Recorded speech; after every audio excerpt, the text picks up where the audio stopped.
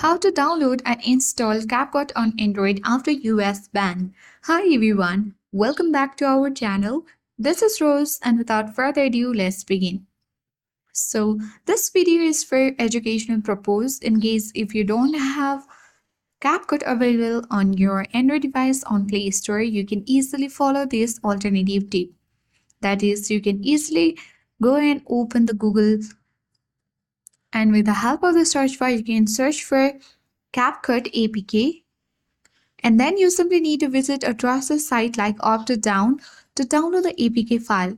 Be cautious of ads and find the actual download link. You can even enable the third-party installations. Simply head towards the phone settings and you simply need to scroll down and navigate to security option or launch password and security. Select the system security option. Select the installation sources and make sure you enable unknown sources if you have got the option. This allows installation from outside the Play Store.